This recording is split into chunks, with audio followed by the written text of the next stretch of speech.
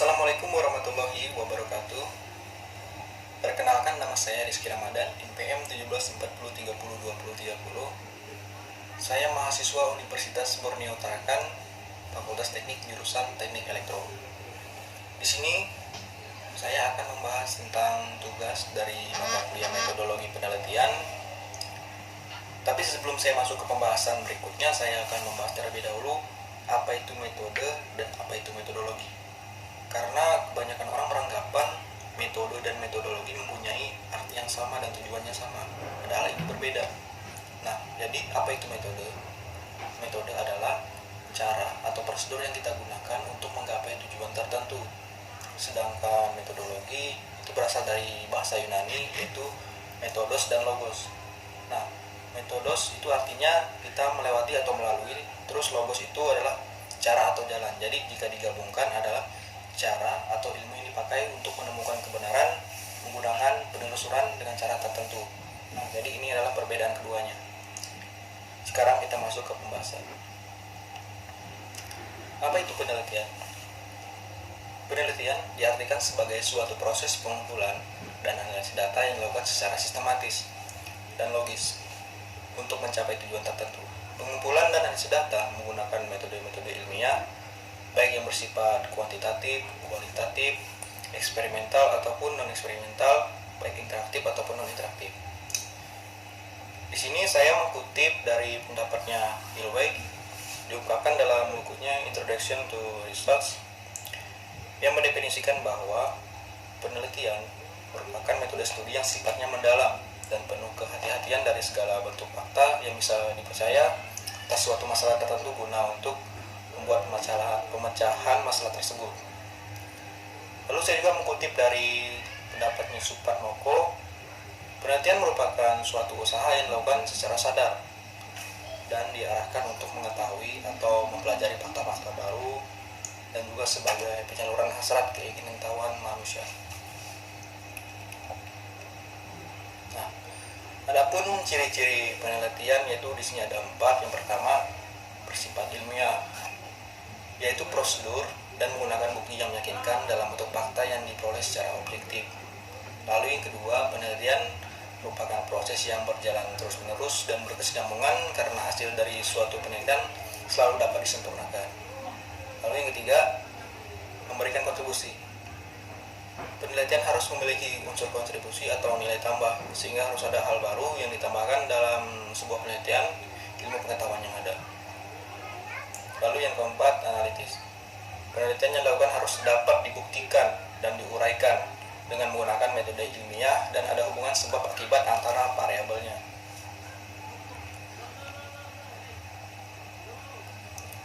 Jadi di sini sebelum kita melakukan penelitian ada harus sikap yang harus kita miliki. Di sini ada 3. Yang pertama, objektif, yaitu peneliti harus mampu memisahkan antara pendapat pribadi dengan kenyataan yang ada. Lalu yang kedua, kompeten. Seorang peneliti yang baik harus memiliki kemampuan untuk menandakan penelitian dengan menggunakan metode dan teknik penelitian tertentu.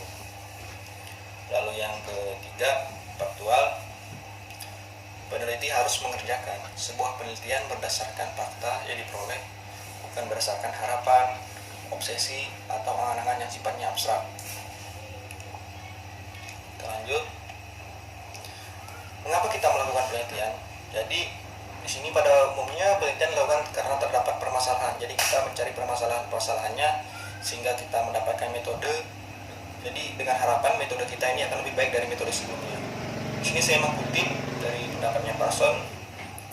Ia mengungkapkan bahwa penelitian ialah suatu pencarian atas segala sesuatu yang dilakukan secara sistematis, dengan penekanan bahwa pencariannya dilakukan pada masalah-masalah yang dapat dipecahkan dengan penelitian. Menurut Hadi Sutrisno mengungkapkan penelitian sebagai usaha untuk menemukan, mengembangkan, dan menguji kebenaran suatu pengetahuan dengan menggunakan metode ilmiah. Nah, adapun di sini langkah-langkah sistematis yang akan kita gunakan nanti, yaitu pertama kita melakukan identifikasi, kita cari masalahnya apa, lalu kita bisa merumuskan masalahnya. Lalu yang kedua kita menyusun kerangka berpikir. Dan yang ketiga, kita mencari dugaan sementara atau kita merumuskan hipotesis. Lalu yang keempat, kita melakukan pembahasan. Dan yang terakhir, kita membuat kesimpulan dan saran. Nah, di sini adapun rumusan masalahnya, yaitu merupakan suatu pertanyaan yang akan dicarikan jawabannya melalui pengumpulan data. Bentuk-bentuk rumusan masalah penelitian ini berdasarkan penelitian menurut tingkat ekspansi. Ini menurut kutipan dari Sugiono. Lalu saya kutip dari menurut Sutrisno Hadi pada tahun 1973, yaitu masalah adalah kejadian yang menimbulkan pertanyaan kenapa dan mengapa. Nah, di sini ada juga rumusan masalah ini dibagi lagi menjadi 4, yaitu pertama deskriptif, komparatif, asosiatif, komparatif, dan asosiatif. Kemudian untuk asosiatif hubungannya dibagi lagi, ada 3 hubungan. Pertama hubungan simetris, kedua kasual, dan resiprosal.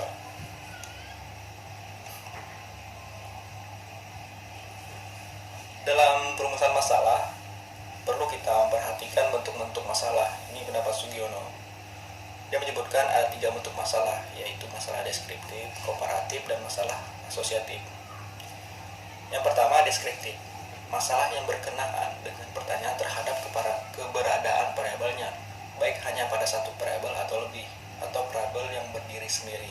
Di sini saya sudah membuat contohnya, misalnya yang kejadian saat ini yaitu wabah COVID-19. Bagaimanakah sikap masyarakat terhadap wabah virus saat ini? Nah, kemudian yang untuk komparatif adalah suatu permasalahan penelitian yang bersifat membandingkan keberadaan satu variabel atau lebih pada 2 atau lebih sampel yang berbeda. Contohnya saya sudah buat, yaitu adakah perbedaan antara starting motor induksi 1 fasa dengan 3 fasa. Nah, jadi variabelnya itu 1 fasa dan 3 fasa. Lalu yang asosiatif adalah suatu pertanyaan penelitian yang bersifat hubungan antara 2 variabel atau lebih. Hubungan tersebut bisa simetris, kasual, maupun hubungan timbal balik, yaitu atau resiprosal tadi. Lalu yang pertama, hubungan simetris adalah hubungan antara 2 variabel atau lebih yang kebetulan munculnya itu bersamaan. Contohnya ini, adakah pengaruh penjualan masker dari wabah penyakit COVID-19 saat ini? Lalu yang kedua, hubungan kasual adalah hubungan yang bersifat sebab akibat. Dan saya sudah membuat contohnya, yaitu adakah pengaruh COVID-19 terhadap perekonomian saat ini? Lalu yang ketiga, hubungan timbal balik, hubungan yang saling mempengaruhi. Contohnya, adakah hubungannya dalam menjaga kebersihan tubuh terhadap penularan COVID-19? Nah, lalu yang komparatif asosiatif adalah rumusan masalah yang menanyakan perbandingan korelasi antara 2 variabel atau lebih pada sampel atau populasi yang berbeda. Lalu kita masuk ke landasan teori. Landasan teori merupakan teori yang relevan yang digunakan untuk menjelaskan tentang variabel yang diteliti dan sebagai dasar untuk memberikan jawaban sementara terhadap rumusan masalah yang kita ajukan atau hipotesis. Dan penyusunan instrumen penelitian, yaitu pertama di sini ada tingkatan teorinya. Terdapat 3 tingkatan teori menurut Newman pada tahun 2003 dalam pendapatnya Sugiono pada tahun 2011, yaitu mikro, meso, dan makro. Lalu tingkatan pertama yaitu teori tingkatan mikro adalah sedikit ruang waktu, tempat atau urutan orang-orang. Konsep tersebut pada umumnya bukan abstrak. Lalu yang kedua, teori tingkat meso adalah mengukur suatu teori yang mencoba untuk menghubungkan tingkatan mikro dan makro pada suatu tingkatan dasar. Lalu yang ketiga, teori tingkatan makro adalah perhatian operasi lebih besar dari jumlah keseluruhan seperti sistem kultur dan gerakan sosial. Lalu kita masuk ke fokus teori. Di sini pendapatnya Newman pada tahun 2003 dalam Sugiono 2011. Ia juga membedakan fokus teori menjadi 3, yaitu teori substantif, teori formal, dan teori middle range teori. Nah, lalu yang pertama substantif teori. Ini dikembangkan untuk suatu keprihatinan sosial seperti hubungan ras. Lalu formal teori dikembangkan untuk suatu konseptual yang luas di dalam teori umum, seperti alat perlengkapan sosialisasi. Lalu yang ketiga, middle range teori, itu adalah sedikit lebih abstrak dibandingkan penyamarataan, empiris, atau hipotesis spesifik. Middle mencakup teori khusus digunakan dalam sosiologi untuk pemeriksaan empiris. Namun yang digunakan untuk persamaan hipotesis yang akan diuji melalui pengumpulan data adalah teori substantif karena lebih fokus berlaku untuk objek yang akan kita teliti. Lalu kita masuk ke kegunaan teori dalam penelitian. Di sini ada 3 untuk memperjelas dan mempertajam ruang lingkup atau konstruk variabel yang akan kita teliti. Lalu yang kedua, sebagai prediksi dan pemandu untuk menemukan fakta adalah untuk merumuskan hipotesis dan menyusun instrumen penelitian. Karena pada dasarnya hipotesis itu bersifat prediktif, nanti bisa diubah lagi dia. Lalu yang ketiga, sebagai kontrol. Digunakan mencandra dan membahas hasil penelitian sehingga digunakan untuk memberikan saran dalam upaya pemecahan masalah. Ini saya kutip dari pendapatnya Sugiono pada tahun 2011. Lalu kita masuk ke kerangka berpikir dan hipotesis. Apa itu kerangka berpikir? Kerangka pikir merupakan inti dari teori yang telah kita kembangkan yang mendasari perumusan masalah. Perumusan hipotesis maksud saya, yaitu teori yang telah dikembangkan dalam rangka memberikan jawaban terhadap pendekatan pemecahan masalah yang menyatakan hubungan antara variabel berdasarkan pembahasan teoritis. Lalu yang kedua, perumusan hipotesis. Penelitian merupakan langkah ketiga dalam penelitian. Setelah peneliti mengemukakan landasan teori dan kerangka pikir, menurut bahasa hipotesis berasal dari 2 kata, yaitu hipo dan tesis. Jadi kalau digabungkan akan mempunyai makna suatu kebenaran yang masih sifat meragukan. Jadi bisa diubah lagi ke depannya. Lalu saya kutip dari menurut Hadis Sabari Yunus pada tahun 2010. Hipotesis adalah suatu keterangan sementara tentang suatu fakta yang diamati. Lalu saya kutip juga dari pendapatnya Sugiono pada tahun 2011 mengatakan bahwa hipotesis merupakan jawaban sementara terhadap rumusan masalah penelitian, di mana rumusan masalah penelitian telah dinyatakan dalam bentuk kalimat pernyataan. Lalu kita masuk ke metode penelitian.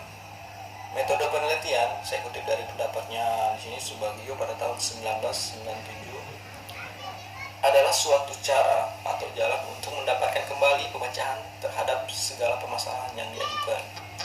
Sedangkan menurut kutipan saya ambil dari Sugiono pada tahun 1999, metode penelitian adalah cara ilmiah untuk mendapatkan data dengan tujuan dan kegunaan tertentu. Nah, cara ilmiah ini berarti kegiatan penelitian itu didasarkan pada ciri-ciri keilmuan, yaitu rasional, empiris, dan sistematis.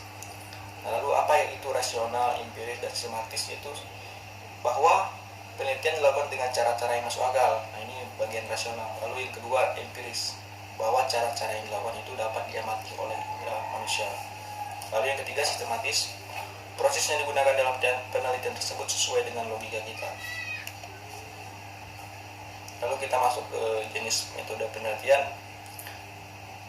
Yang pertama, metode kualitatif, menggunakan teknik analisis yang mendalam dengan cara mengkaji satu persatu masalah yang ada dalam kasus tersebut. Tujuan dari metode ini bukan generalisasi, tetapi pemahaman yang secara mendalam terhadap suatu masalah. Di sini saya kutip dari pendapatnya Lexi J. Metode penelitian kualitatif adalah suatu riset yang bermaksud untuk memahami fenomena yang dialami oleh subjek penelitian. Lalu metode kuantitatif adalah metode penelitian yang berfokus pada aspek pengukuran dengan cara objektif terhadap fenomena sosial. Jadi berikut pengertian kuantitatif menurut para ahli. Perbedaan metode kualitatif dan kuantitatif. Di sini dalam penelitian kualitatif, analisis data dilakukan selama proses penelitian berlangsung, sedangkan penelitian kuantitatif, analisis data dilakukan pada tahap akhir, akan tetapi sebelum laporan penelitian dibuat.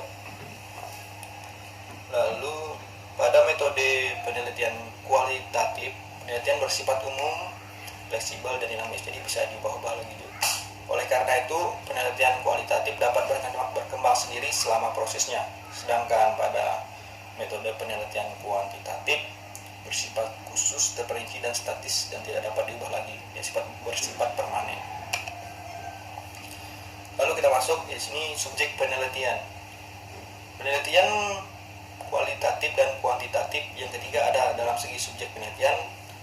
Penelitian kualitatif mengangkat narasumber sebagai subjek dikarenakan metode penelitiannya yang berupa dampak studi kasus dan mengharuskan peneliti melakukan wawancara untuk mendapatkan informasi.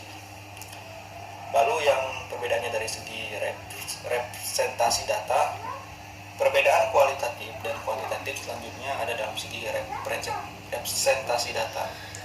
Dalam penelitian kualitatif, data yang mewakili dalam hasil penelitian berupa interpretasi atau pandangan peneliti terhadap fenomena yang ditelitinya, sehingga untuk laporannya akan berupa deskripsi.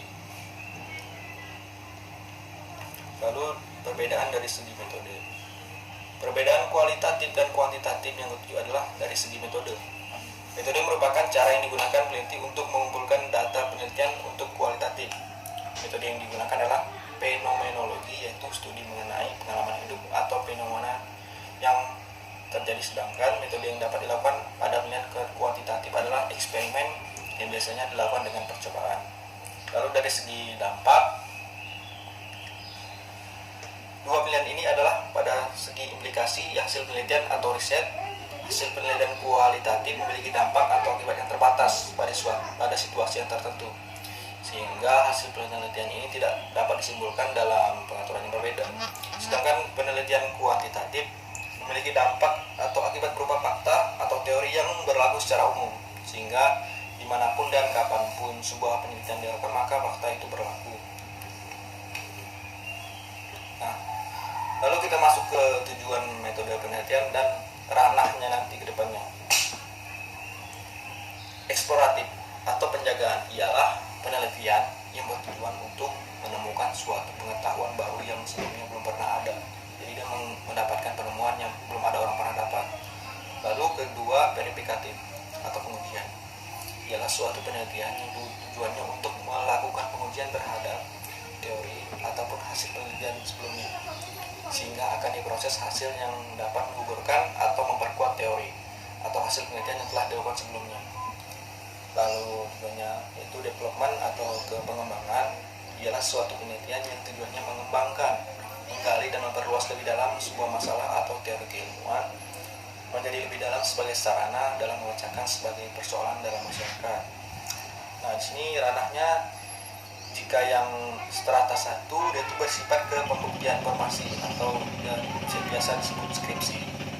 Lalu yang S2 atau strata 2 lebih ke bersifat ke pengembangan suatu metode atau tesis. Lalu yang strata 3 melakukan penelitian yang bersifat hal baru atau mendapatkan penemuan atau biasa disebut disertasi. Mungkin ini saja yang dapat saya sampaikan, kurang lebihnya saya mohon maaf. Jika ada yang ingin ditanyakan, silahkan bertanya di kolom komentar.